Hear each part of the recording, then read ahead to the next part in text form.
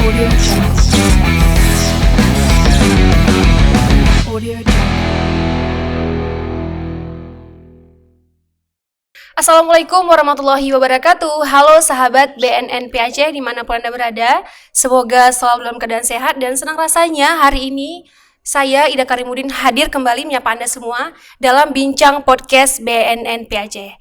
Nah, sahabat, seperti biasa di sini kita akan ngobrol-ngobrol nih terkait permasalahan penyalahgunaan narkoba dan juga kita menghadirkan narasumber yang luar biasa nantinya memberikan kita semua ilmu terkait bahaya penyalahgunaan narkoba.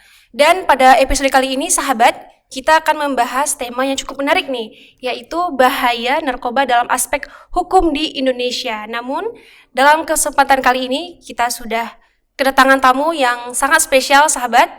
Beliau merupakan seorang tokoh sekaligus politisi Indonesia yang menjabat sebagai anggota DPR RI Komisi 3. Beliau adalah Bapak Muhammad Nasir Jamil, SAG MSI, dan sudah bersama Ida hari ini.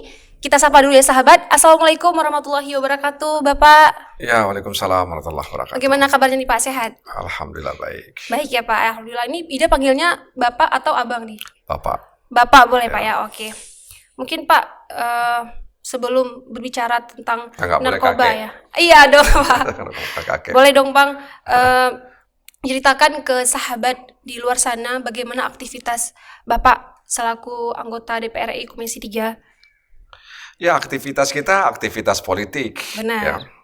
Aktivitas anggota parlemen itu ya menyiapkan peraturan perundang-undangan, kemudian menyiapkan anggaran, dan juga melakukan pengawasan. Benar. Jadi 3 hal itu dilakukan oleh anggota parlemen.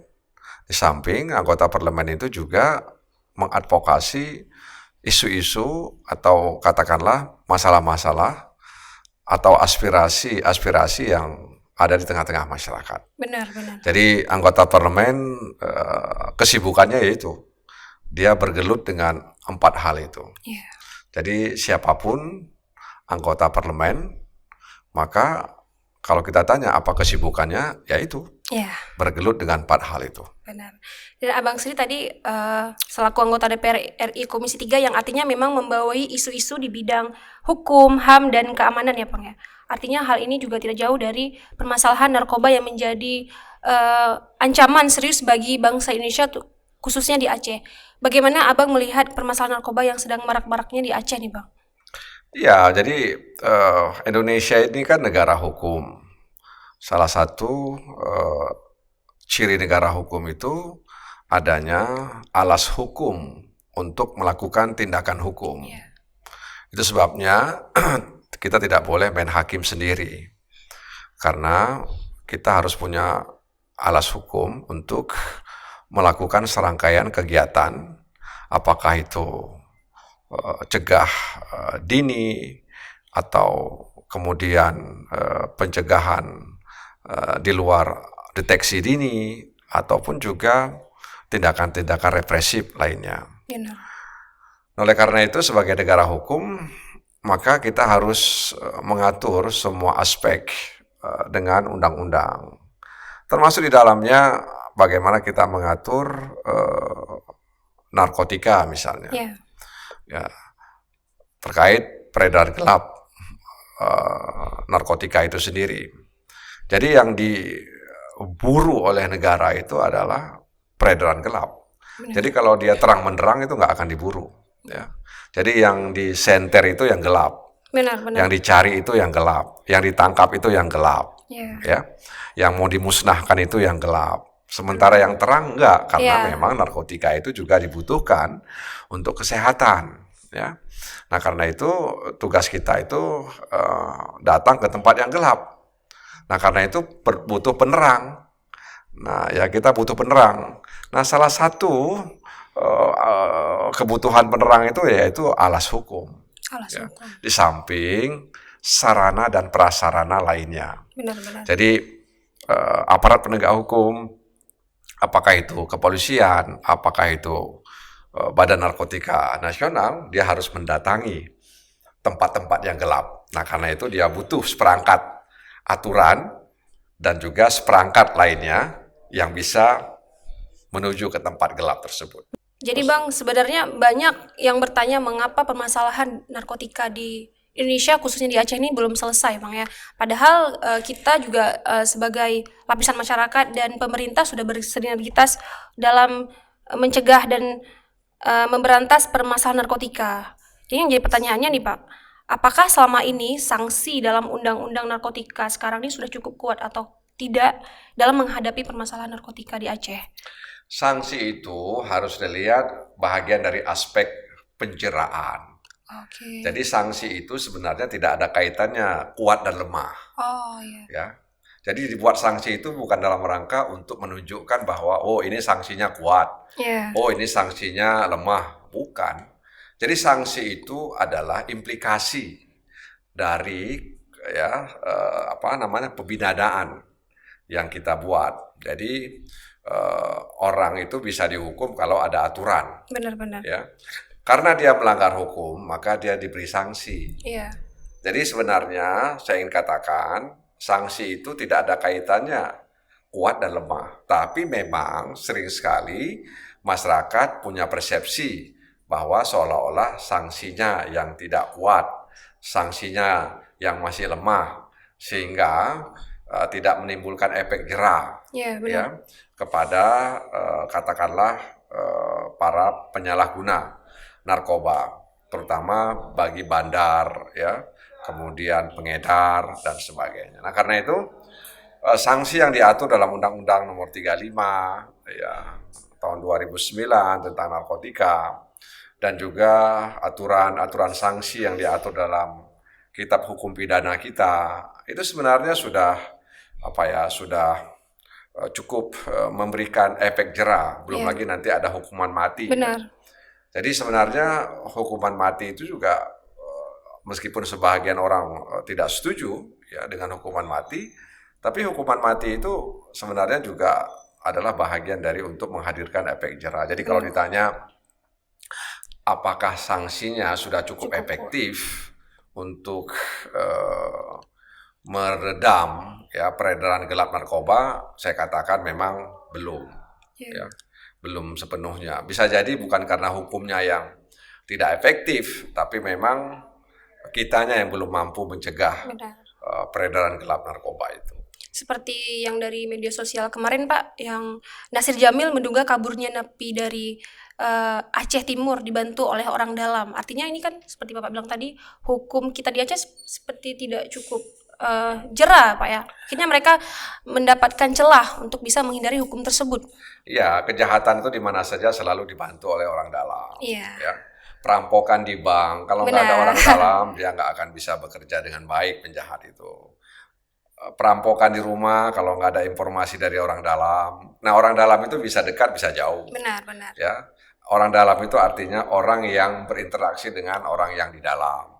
Bisa dekat, bisa jauh. Begitu juga larinya narapidana narkoba dari Lapas Sidi. Itu juga saya duga kuat itu pasti ada main dengan orang dalam ya. Nah, kalau nggak tidak semudah itu bisa keluar Pak ya. Iya, jadi mudah bagi dia karena uang itu adalah segalanya. Benar. Lanjut Pak. Jadi Pak, banyak yang meyakini legalisasi ganja ini dapat mengangkat ekonomi masyarakat. Bagaimana Bapak melihat fenomena tersebut? Ya itu kan hipotesis ya. Iya. Hipotesis atau asumsi yang dibangun. Makanya kita harus lihat best praktisnya di negara mana yang ganja itu dilegalkan untuk kepentingan medis, lalu bisa memberikan dampak ekonomi kepada masyarakatnya. Kita punya Thailand misalnya, satu negara yang dekat dengan Indonesia, kita bisa lakukan itu. Tapi memang soal legalitas ganja untuk kepentingan medis ini kan masih pro kontra, masih pro kontra, dan itu butuh penelitian, butuh pandangan yang luas, agar kita tidak tergesa-gesa. Meskipun saya pro terhadap legalitas ganja untuk kepentingan medis, tapi dalam menyikapinya kita harus hati-hati, harus hati-hati sehingga tidak menimbulkan masalah baru dalam upaya kita untuk mencegah dan memberantas peredaran gelap narkoba. Karena sebenarnya banyak hal Bang ya yang bisa mendongkrak perekonomian di Aceh, tidak hanya masalah ganja, mungkin dari sektor sektor pariwisata gitu Bang ya. Oh iya, cuman tadi kan kalau kita mengasumsikan, iya, kalau benar. kita menghipotesiskan, ya jika ganja itu dilegalkan untuk kepentingan medis, apakah itu akan berkorelasi kuat terkait dengan peningkatan ekonomi masyarakat? Kan Iya, gitu. benar-benar Bang. Boleh dong Bang, nih kiat-kiat Bang Nasir agar masyarakat Aceh berani melaporkan diri jika mereka melihat masyarakat yang sudah terkena penyalahgunaan narkoba. Karena selama ini Bang, masyarakat itu merasa takut atau terancam gitu Bang. Iya, kalau orang tuh berani kalau dia dekat. Kalau kita jauh dia nggak berani melaporkan. Ya. Apalagi kalau tidak ada saluran ya untuk menyampaikan itu. Makanya dekatilah masyarakat, rangkullah masyarakat, dan berilah keteladanan kepada masyarakat. Kalau tidak dengan itu sulit kita untuk bisa dan mengharapkan masyarakat itu bisa melaporkan setiap peristiwa hukum yang berkaitan dengan peredaran gelap narkoba. Jadi datangilah masyarakat, dekatilah mereka, rangkullah mereka, ajaklah mereka berkomunikasi dan berilah keteladanan kepada mereka. Dan tentu ini bukan pekerjaan yang mudah, ya. Tapi ya kita terus berusaha, ya, karena masyarakat harus kita edukasi juga. Tanpa pengetahuan dan kesadaran, masyarakat juga nggak akan mau melakukan atau memberitahukan ya apa yang terjadi terkait dengan peredaran gelap narkoba di daerahnya, di kampungnya, begitu. Jadi harus ada penyuluhan atau edukasi yang masif kepada warga masyarakat sehingga mereka tahu bahaya narkoba, ya, lalu siapa saja yang memasok narkoba dan apa saja yang dilakukan oleh bandar narkoba, dan itu harus melibatkan tokoh-tokoh agama, tokoh adat, tokoh masyarakat, tokoh perempuan, tokoh pemuda. Itu harus dikeroyok. Jadi peredaran gelap aja, upaya untuk mencegah dan memberantas peredaran gelap narkoba itu harus dikeroyok rame-rame. Bersama, Bang ya. Nggak bisa hanya BNN yang lakukan itu, ya. Keroyok rame-rame. Jadi bisa jadi nanti tagline-nya BNN Aceh itu, ayo keroyok rame-rame. Ayo ya. Keroyok rame-rame. Ya, harus keroyok dia, nggak boleh. Jadi berkelahi. Jadi jangan BNN sendiri berkelahi dengan bandar, ya. Peredaran gelap narkoba. Jangan biarkan BNN sendiri berkelahi. Ayo ajak masyarakat untuk sama-sama kita berkelahi dengan mereka, walaupun memang dananya masih terbatas. Harus dari lapisan masyarakat Bang ya. Jadi kita sama-sama bersinergitas gitu. Mungkin Bang boleh untuk pertanyaan terakhir nih Bang ya. Jadi yang kita ketahui bersama, Aceh itu terdapat 83.000 pengguna narkoba.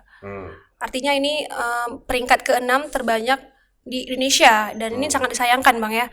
Dan kira-kira apa sih Bang upaya pemerintah dalam menangani korban yang sudah terlanjur menggunakan narkotika yang ada di Aceh ini yang sangat banyak ini? Apakah layak kira-kira Bang Aceh hari ini mempunyai panti rehabilitasi milik pemerintah sendiri Bang? Iya, jadi memang harus kembali ke basic yang paling utama dulu, ya. Soal ketahanan keluarga, ya, itu yang paling penting. Jadi keluarga ini harus seperti batu karang, ya, di lautan. Kalau kita pernah ke pantai, lihat batu karang, meskipun dihempas oleh ombak yang besar, dia tetap kokoh, dia tidak bergeming, dia tidak bergerak sedikit pun. Nah, kita harapkan keluarga-keluarga Indonesia dan juga yang ada di Aceh itu punya ketahanan seperti batu karang di lautan. Jadi dari rumah itu keluarlah orang-orang yang punya kesadaran. Oleh karena itu sekali lagi memang kita harus menyasar ke sana. Jadi tadi misalnya Kepala BNN Kota Banda Aceh Mas Duki intervensi berbasis masyarakat, intervensi berbasis warga binaan. maka juga harus lebih kita fokuskan lagi, lebih kita kecilkan lagi intervensi berbasis keluarga. Ya, intervensi berbasis keluarga. Nah, di Aceh ada IKAN, ya, Inspirasi Keluarga Anti Narkoba. Bisa mengajak mereka. Ya, jadi ketika teman-teman itu menamakan organisasinya IKAN, Inspirasi Keluarga Anti Narkoba, di mana ada kosakata keluarga di dalamnya, itu menunjukkan bahwa intervensi itu memang harus berbasis keluarga. Ya, harus berbasis keluarga, dan itu butuh uang. Benar. Nah, karena itu pemerintah provinsi, pemerintah kabupaten, ya, pemerintah di tingkat kecamatan, pemerintah di tingkat desa atau kampung, itu harus sama-sama punya kepedulian dan kemauan yang kuat untuk mengintervensi ini, begitu. Kalau mereka cuek-cuek saja, ya, tidak cawi-cawi. Nah, jadi cawi-cawi itu kan sekarang menjadi populer gara-gara Presiden Jokowi cawi sana cawi sini, ya. Nah, cawi-cawi itu mungkin dibutuhkan cawi-cawi untuk melakukan intervensi, ya, berbasis keluarga. Jadi semua level itu harus dilakukan. Ya, mudah-mudahan akan hadir pemerintahan ke depan tahun 2024, mulai dari level negara sampai kabupaten kota, kepemimpinan yang peduli dan mengetahui dan sadar akan bahaya narkoba bagi generasi muda, karena apapun ceritanya di tahun 2030, 2035 Indonesia akan mendapatkan bonus demografi. Dan ini sekali saja bisa kita dapat. Kalau kita tidak bisa memanfaatkan ini, maka yang terjadi adalah kesengsaraan, malapetaka terutama bagi generasi muda kita. Jadi kalau kita nggak cegah, nggak kita tangkal, saya khawatir demografi, ya, atau bonus demografi yang kita dapatkan itu akan sia-sia. Demikian. Ya, benar banget ya, sahabat. Emang harus dari keluarga, dari orang tua, selain dari teman dan lingkungan, benar Pak ya. Mungkin boleh dong Bang tips dari Bang Nasir nih untuk anak muda di luar sana agar mereka menjauhi narkoba dan tetap terus sukses. Ya, anak-anak muda Indonesia, anak-anak muda Aceh, mereka harus punya kemauan ya, dan juga kesadaran untuk mengetahui bahaya narkoba dalam kehidupan mereka. Jadi narkoba itu bukan hanya merusak kesehatan orang, tapi juga merusak sosial. Karena orang yang kecanduan itu menjadi manusia yang tidak produktif. Ya, benar, Pak. Itu artinya dia tidak berkontribusi secara sosial. Dan itu akan mengurangi derajat, ya, sosial kita. Jadi kita bisa bayangkan kalau semakin banyak orang yang tidak bisa berkontribusi secara sosial, maka kualitas sosial kita akan semakin turun. Ya, dia sakit, kemudian secara sosial dia juga sakit, secara fisik dia sakit, sehingga kemudian ini akan menurunkan kualitas masyarakat kita. Nah, di tangan anak-anak muda lah, ya, masa depan ini ada, dan perubahan itu juga ada di tangan anak-anak muda. Itu sebabnya Soekarno bilang bahwa dia butuh anak muda untuk mengguncangkan dunia. Benar, Pak. Ya, nah karena itu anak-anak muda kita jaga karena mereka adalah aset dan itu harus ada kepedulian kita semua. Baik Pak, terima kasih Pak, luar biasa perbincangan podcast kita pada hari ini. Jangan bosan-bosan Pak untuk mengunjungi kami Pak di kantor BNP Aceh. Baik sahabat BNP Aceh, itu tadi dia podcast kita bersama Bapak Nasir Jamil SAG MSI selaku anggota DPR RI Komisi 3. Dan intinya sahabat, jangan bosan-bosannya untuk menyuarakan kepada sahabat, ke teman dekat, keluarga, dan diri sendiri pastinya agar kita semua terhindar dari penyalahgunaan narkoba. Akhirnya, saya Ida Karimudin pamit undur diri. Salam sehat tanpa narkoba. War on Drug. Wassalamualaikum warahmatullahi wabarakatuh. Waalaikumsalam. Terima kasih Pak.